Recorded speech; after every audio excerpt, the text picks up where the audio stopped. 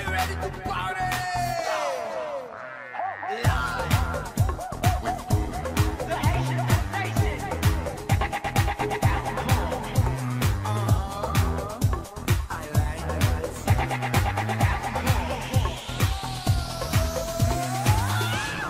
Bonsoir mesdames et messieurs et bienvenue à notre show Cherchez l'artiste. Je suis Leslie Dalancourt et ce soir j'ai pu kidnapper quelqu'un pour vous qui retourne au Canada, qui nous laisse, qui nous quitte. Notre Christiane Thibault. Christiane, merci d'être revenue faire le show avec nous. C'est moi qui Bienvenue chez nous à Island TV. C'est moi qui te remercie de m'avoir réinvité. C'est tellement un plaisir. Tu as fait tellement de choses pendant que tu étais ici. Mon Dieu, oui. On a eu le temps de faire bien des shows. Oui. Et même, tu as expériencé une grande fête haïtienne l'autre jour. Oh mon Dieu, que j'ai aimé ça. Franchement, là, la fête... Avec les belles robes. Les robes, les femmes sont de toute beauté. Elles sont élégantes, puis en même temps, on voit qu'ils sont fiers. Ce sont des gens fiers, puis ils veulent... Tu sais, ils sont tous bien habillés. Ils sont vraiment extraordinaires. Et tout le monde est si gentil. Ils veulent te recevoir et faire plein de choses. On a tellement été bien reçus, tellement. En tout cas, on a passé une excellente soirée. Je pensais, tu sais, on connaît plus ou moins ce monde. Là, oui, c'est vrai. Mais malgré qu'il y en a beaucoup d'Haïtiens maintenant au Canada. Ah oui, il y a beaucoup d'Haïtiens. Oui, c'est de plus en plus. Et puis, on apprend à les connaître puis à les aimer parce qu'ils sont vraiment extraordinaires. Ils sont vraiment des gens sympathiques. Oui.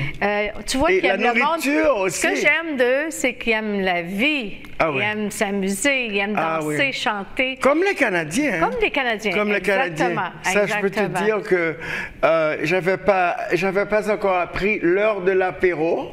Ah ouais. Alors, là, Caroline, elle a une chanson, c'est l'heure de l'apéro. Et alors, à 5 heures, tout le monde fait l'apéro. Ah oui, chez nous, c'est l'apéro à 5 heures. Tous les gens, peut-être pas tout le monde, mais la plupart des gens font l'apéro à 5 heures. Surtout les retraités. Oui. Les gens qui sont retraités, ils ont juste, ils ont la chance de faire un arrêt avant le souper puis de profiter de ça. Mais moi, je voulais te revenir parce que j'ai eu la chance d'aller en Afrique. Oui, puis, tu me disais ça. Oui, puis quand je suis allée en Afrique, là, c'est la même chose. Hein? Les gens là-bas, ils ont la joie de vivre. Oui, c'est vrai. C'est toujours dans la musique, dans la danse. Puis vraiment, les femmes là-bas, là, qui sont belles parce qu'ils sont tellement bien habillées. Oui. Toujours très chic. Nous sommes descendants d'Afrique. Oui. Nous. On vient Bien sûr. Nos descendants sont de... Je crois Guinée ou Bénin. Oui. Comme nous, on est descendants de la France. Oui. Un petit peu de la France, parce qu'on est français. Puis... Mais tu t'étais pas senti perdu là-bas? Pas du tout, pas du tout. L'effet que je suis allée en Afrique, moi, quand je suis arrivée en Afrique, là, je me sentais un peu perdue en arrivant.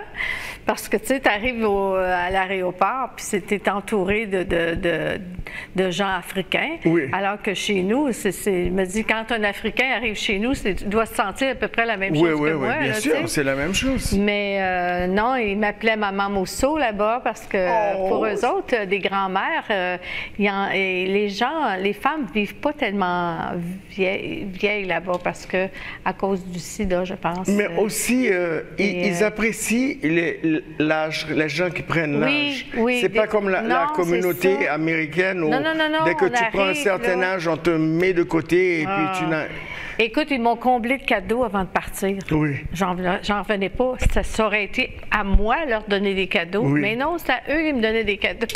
Puis j'en ai plusieurs. Puis même, j'ai eu un beau portefeuille là, que j'ai gardé pendant plusieurs années. C'est magnifique, ça. Oui. C'est magnifique. Bon, en parlant du reste, j'avais oublié, mesdames et messieurs, j'avais fait une petite erreur la dernière fois quand tu étais venu dans le show. Je t'ai demandé si tu avais écrit une chanson. L'artiste? Oui, mais c'est ça. Tu voulais que je t'explique c'est quoi l'artiste, qu'est-ce que je voulais dire par l'artiste, mais c'est pas moi qui ai écrit cette chanson, c'est vraiment ma mère qui a écrit paroles et musique. D'ailleurs, sur mon CD, j'ai six chansons qui ont été composées par ma mère, paroles et musique. Ma mère, c'était une grande pianiste. Oui. elle a composé au-dessus d'une centaine de chansons. Oui. Vraiment, elle était extraordinaire. Et moi, j'ai écrit 6 chansons. Durant le COVID, bien, il y en avait déjà d'écrites, oui, oui. mais j'en ai écrit d'autres pour justement...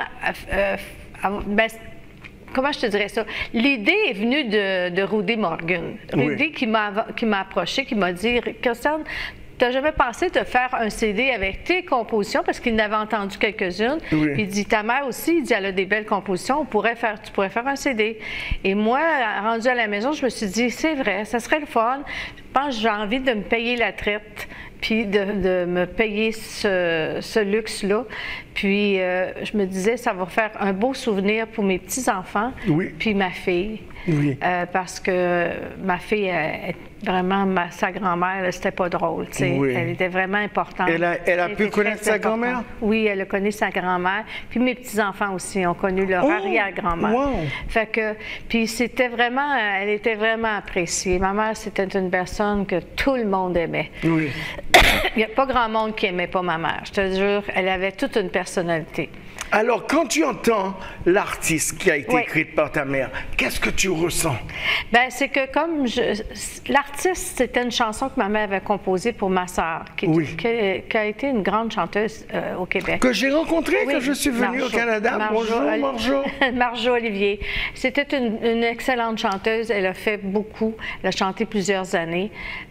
Puis, maman, elle avait écrit cette chanson-là pour elle. Et quand elle l'a chantée la première fois, ben, je ne sais pas si elle l'a chanté par la suite, mais moi, la première fois que je l'ai entendue, c'était par elle. Elle l'avait chanté à une émission de télévision qui s'appelait Bobo dans le métro. C'est ça, c'était Bobo dans le métro, je pense, ou quelque chose de même. C'était pas Boboum, là. C'est pas Boboum! Je pensais que c'était Boboum! Puis elle l'avait tellement bien fait, puis j'ai vraiment tombé en amour avec cette chanson-là. Alors j'ai pensé de la mettre dans mon... l'intégrer. Mais tu fais un hommage aussi à ta sœur et à ta maman. Oui, parce que c'était une artiste, elle aussi, puis à ma mère, je calcule qu'elle était une artiste à sa façon. Et aussi, tu m'as dit combien que comment tu dis ça, tu regardais ta sœur chanter, et combien tu l'admirais. Ben oui, j'étais en admiration devant elle. Écoute, moi, j'étais sa petite sœur, parce qu'elle est un peu plus vieille que moi, pas beaucoup, mais je regardais ma grande sœur, puis tu sais, quand tu es jeune, tu regardes ta grande sœur chanter une chanson, puis qu'elle a fait si bien, puis c'était à la télé. Alors, c'est sûr, moi, j'étais fière d'elle, j'étais très fière d'elle. J'ai toujours été fière d'elle de toute façon. Alors, c'est ça, c'est pour ça. Mais quand tu m'as posé la question, moi, j'ai compris que c'était... Ce que tu voulais surtout, c'était d'expliquer. Oui, je voulais expliquer, mais je me suis mal exprimé. Oui, mais c'est correct. Bon, de toutes les façons, c'est de l'eau au-dessous du pont. C'est ça, on laisse aller. mais pendant que nous y sommes, je veux parler de ton album. Oui. Parce que pendant ton voyage ici, j'ai eu la chance d'être avec toi et de performer certaines de tes chansons avec toi, parmi lesquelles Mon Grand Amour. Mon Grand Amour. Et tu chantes Montréal, pardonne-moi, et tout ça, mais et une affaire costaricoise que je dois apprendre parce que j'adore. Tu parles des Canadiens qui vont au Costa Rica. Ben, c'est que je suis allée au Costa Rica, passer un mois avec ma fille, mes petits-enfants là-bas, puis Gérald qui était avec nous aussi. Et puis, à un moment donné, je suis sur la plage, puis je vois un jeune couple se promener sur le bord de la plage, puis ben, lui, il semble être un Québécois, puis elle semble être une costaricienne, je suis pas sûre. Costaricaine. Costaricaine, plutôt. Et écoute, de les voir ensemble, puis il avait l'air tellement amoureux que ça m'a fait penser à écrire cette chanson. Puis, bon, et tu as mis un petit rythme dedans. Je l'ai inventé, l'histoire. Oui. Je sais pas moi, là, mais j'ai inventé cette histoire. Mais attends. Puis j'ai le rythme. Oui, j'aime le rythme. Oui, c'est vraiment un bon petit rythme. Oui. Ça a été... puis là, ben, je me suis dit, on va l'appeler Histoire costabécoise. Histoire Costa Bécoise. Alors, le mélange des deux. Alors, moi tu sais, quand je la chantais, je disais une histoire costaricoise. Et je me demandais, attends, ça devrait être costaricain, costaricaine. Mais c'est costarbécoise. On a fait un mot. C'est un peu l'idée de Roudet, parce que quand Roudet dit ce serait beau que tu mets les deux mots ensemble. C'est bien. On est arrivé à ce mot. Maintenant, mais tu vois, il y a des fois, tu chantes des chansons et tu dis des mots qui ne sont même pas dans la chanson. Hein? Ben non, c'est ça. Puis c'est un mot inventé. C'est pour ça que moi. C'est un mot inventé, dans le fond, tu sais. Oui, ça existe mais pas, quand je fais boum boum, boum boum, il n'y a personne qui ne peut pas dire boum boum. C'est ça. C'est quand tu fais de la chanson, c'est ça qui arrive. Puis c'est un peu l'idée que j'ai eue de composer cette chanson. Puis là, ben, comme je te disais, à cause du COVID, on était quand même presque enfermés. 2 ans. Ah, vous étiez très enfermés. Je me souviens t'avoir parlé au téléphone. Ah oui. Et tu me disais on était confinés. Vous ne pouviez même pas recevoir des gens chez vous parce que les voisins pouvaient vous dénoncer à la police et dire qu'il y a... Mais c'est vrai, on ne savait pas ce que c'était que le COVID. Oui. Puis il y avait aussi que ma fille allait me faire ma commande de manger. Elle me la mettait à la porte. J'allais la chercher. On ne pouvait même pas aller faire les commissions, notre grosserie. On ne pouvait pas aller nulle part. Comment les gens allaient au supermarché? Ben c'est ça. Soit qu'ils les faisaient livrer, ils commandaient au téléphone, ou bien c'était un des enfants qui venait ou un voisin. Ou bien tu fais une liste et que tes enfants savent exactement ce que tu manges. Oui, parce que c'était plus dangereux, supposément, que c'était plus dangereux pour les gens d'un certain âge. Oui, c'est vrai. Ils ont dit ça même ici. Hein? Ouais. Ah oui, sûrement, la même chose. C'était quand même une période difficile. C'était difficile, mais on n'avait pas autant de restrictions, nous, ici. Là, ben, moi, je me suis dit, tant qu'à ne pas faire de contrat, j'avais perdu tous mes contrats, je chantais plus, alors je me suis Personne ne chantait. Je me suis dit, je vais me mettre à écrire, puis j'ai écrit mes chansons. Puis c'est là qu'on a commencé à penser de faire un CD, là, un nouveau CD, parce que ça faisait longtemps quand même. Ça faisait combien d'années que je n'avais pas fait de CD? Alors, tu l'as fait avec Rudy? Oui, Rudy Morgan, oui. Fait que, du reste, bonjour Rudy! Oui, bien pauvre Rudy, je pense qu'il a été malade cette année. Je ne sais pas comment il vit présentement, mais on ne le voit pas nulle part sur Facebook, alors j'espère qu'il va mieux. Mais j'ai parlé à sa femme dernièrement, puis elle m'a dit que ça allait bien, que ça allait. Ça va. Bon, alors là, que tu rentres au Canada, quels sont tes plans?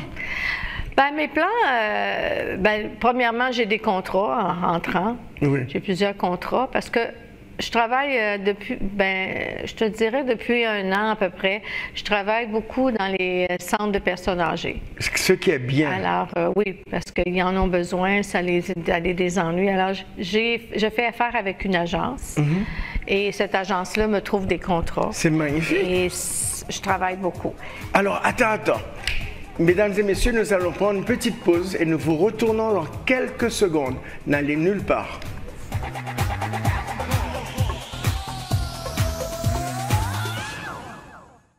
I am a solar development project manager. Solar is a stable fuel source, which will lead to stable bills and ultimately will produce savings for our customers. I know that FPL is looking at other ways that down the line will reduce my bill, and the future is bright.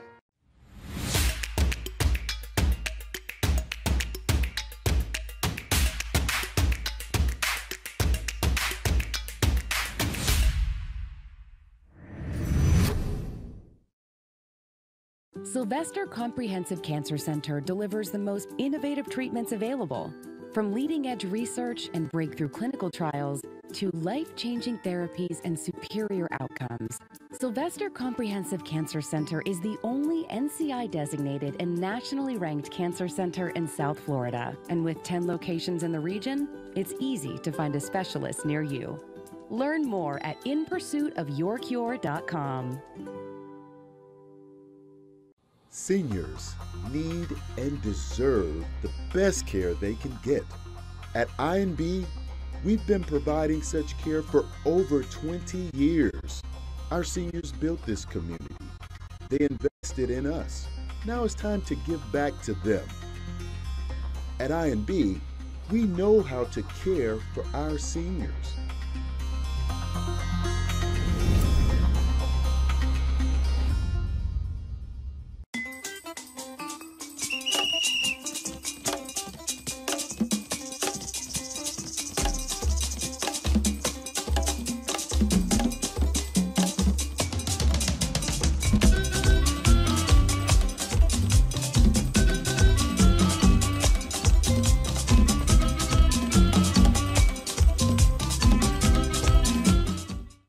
I'm Sergio. I work for FPL. We've transitioned from foreign oil to natural gas, and we're moving responsibly towards solar, battery, and green hydrogen. I know that FPL is looking at other ways that down the line will reduce my bill, and the future is bright.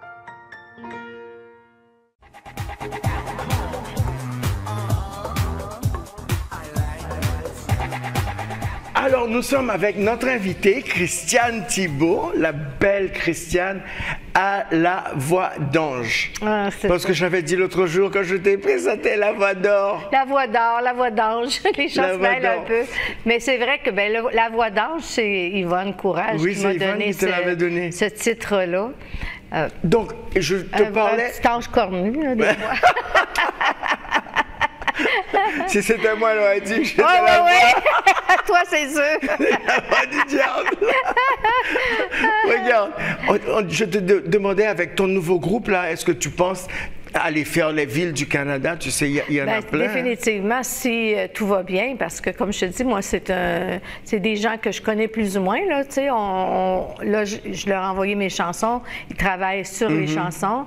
Et à la suite de mon lancement, si je vois que ça a bien été, que les musiciens ont bien intégré là, dans mes chansons, ben, c'est sûr que j'aimerais bien pouvoir faire une tournée. Et là, à ce moment-là, ben, je partirai avec eux. Puis faire. J'aimerais aller à Québec, pas même à Québec, parce que là, on a rencontré des gens de Québec, du Québec. Oui. Tu sais, ils sont venus ici d'ailleurs pour l'émission. Oui. Steve, là, tu sais. Oui, Steve. Oui, fait que, tu sais, je vais essayer de garder un contact avec Steve. Puis si c'est possible, j'aimerais bien. Steve et Mirka. Mirka, c'est ça. Steve et Mirka, c'est des gens que j'ai eu la chance de rencontrer ici. D'ailleurs, c'est moi qui... C'est toi qui me les as présentés. Ils ont fait une belle émission avec nous. Oui, définitivement. Ah, j'allais te demander quelque chose. J'ai vu que sur ton album, tu as joué Mon Grand Amour en jazz. Oui. D'où c'est venu ça? Non, c'est pas Mon Grand Amour. Tu te mêles, là. Montréal. C'est Montréal. Ne venez pas me tuer! Ne venez pas me tuer! Oui, Montréal, quand je l'ai envoyé, parce qu'on a trouvé, par le contact de Didier, un musicien.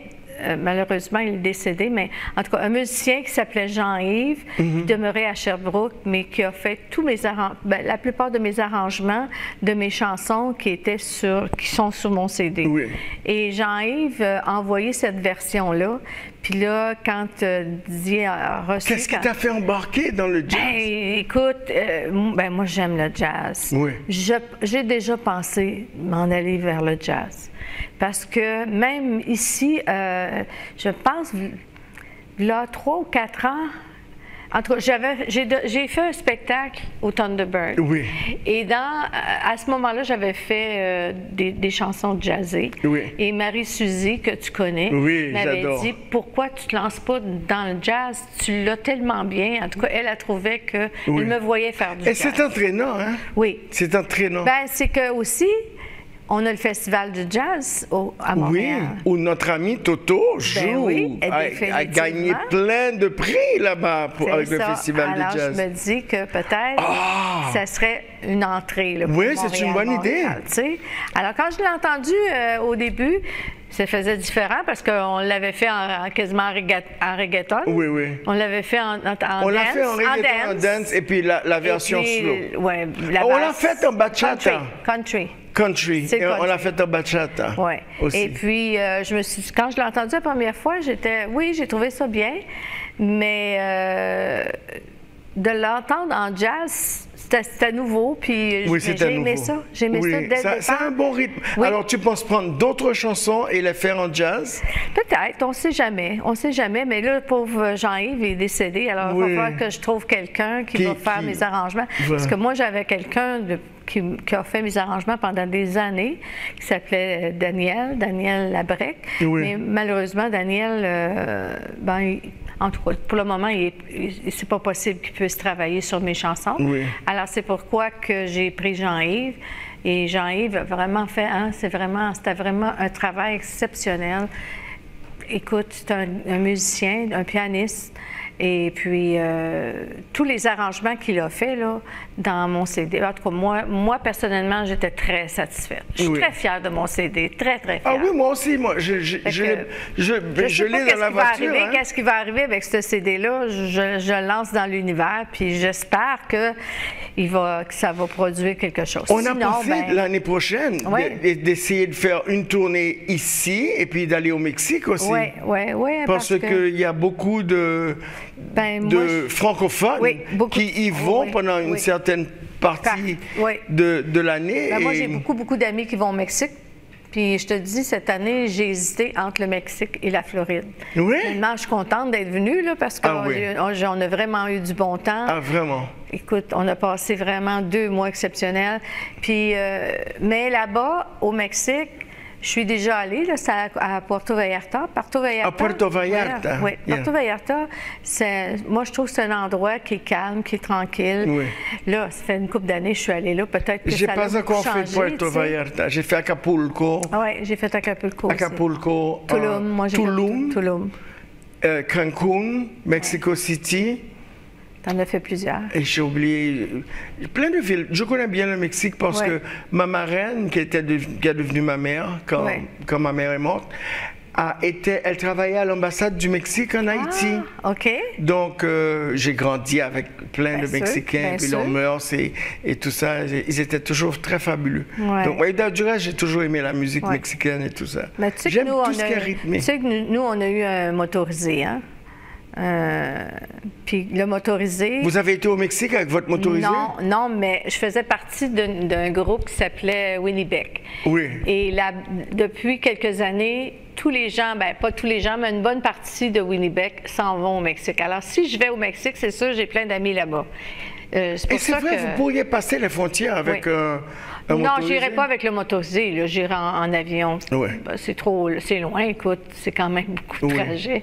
Je pense que ça serait trop loin pour moi.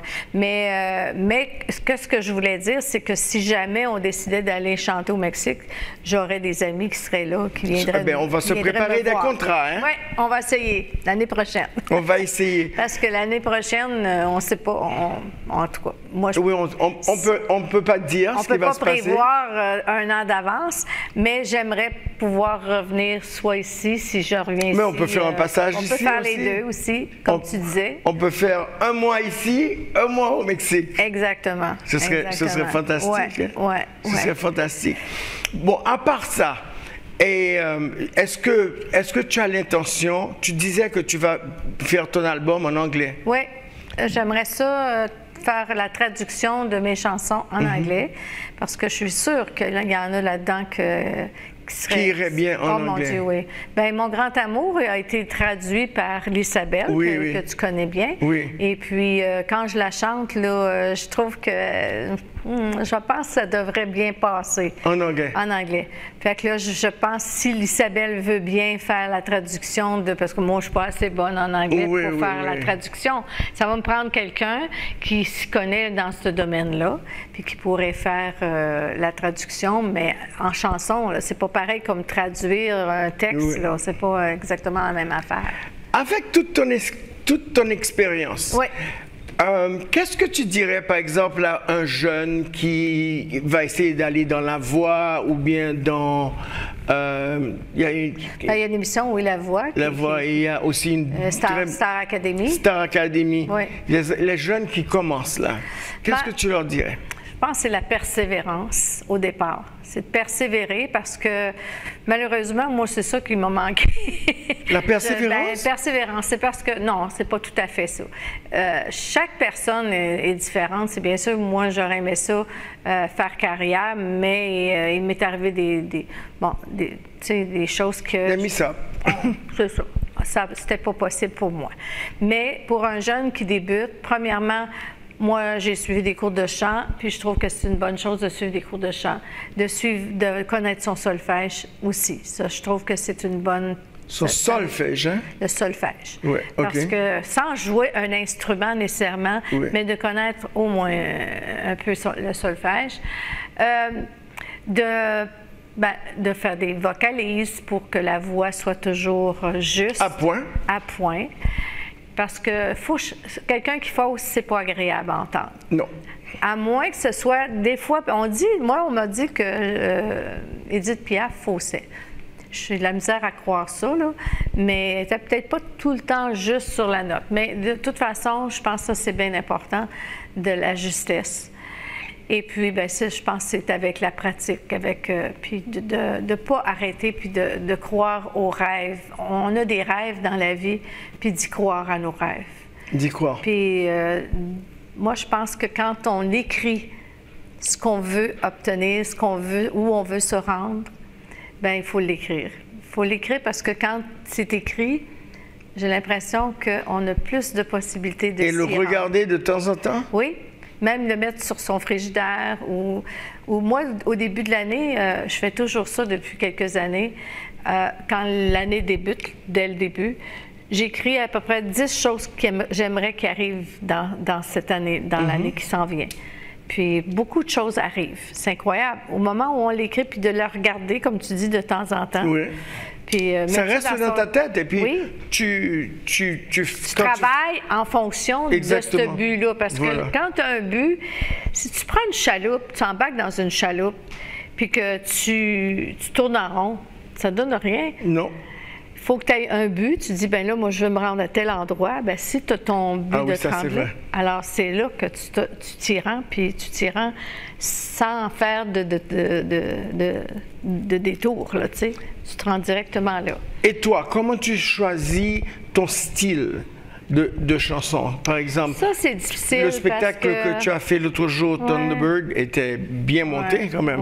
Oui. Ben, tu m'as aidé aussi un petit peu pour le montage. Oui, mais quand même, c'était... Mais ben, je pense que moi, quand j'ai bifurqué, je me suis dirigée à un moment donné vers le country. J'ai aimé ça, faire du country. Oui. Mais je pense que le country ne mettait pas ma voix en valeur. Alors que là, parce que avant de faire du country, moi, je faisais du populaire, des chansons populaires. Oui.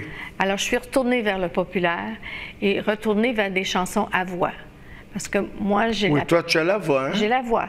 Alors, je pense que de cette façon-là, je me mets encore plus en valeur. En valeur, oui, c'est vrai. Parce que le country, c'est bon, mais c'est pas...